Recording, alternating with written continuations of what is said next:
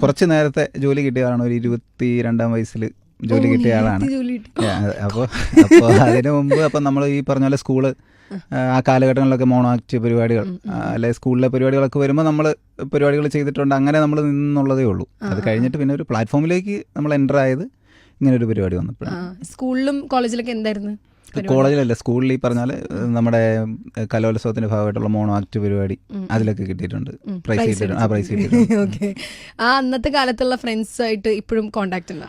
ഉണ്ട്, തീർച്ചയായിട്ടും ഉണ്ട്. കാരണം ഈ പറഞ്ഞ പോലെ LKG തൊട്ട് ഒന്നിച്ചിരുന്ന് പഠിച്ച് ഒരേ സുഹൃത്തുക്കളായിരുന്ന ആൾക്കാർ ഇപ്പോഴും എൻ്റെ അടുത്ത സുഹൃത്തുക്കളായിട്ട് ഇപ്പോഴും എൻ്റെ കൂടെ തന്നെ ഉണ്ട്, എപ്പോഴും ഉണ്ട്. അപ്പം അവരെല്ലാവരും തന്നെ ആയിട്ട് കോണ്ടാക്ട് ഉണ്ട്. അവർക്ക് എങ്ങനെ സപ്പോർട്ട്? അവർ നല്ല സപ്പോർട്ടാണ്, എല്ലാവരും നല്ല സപ്പോർട്ടാണ്.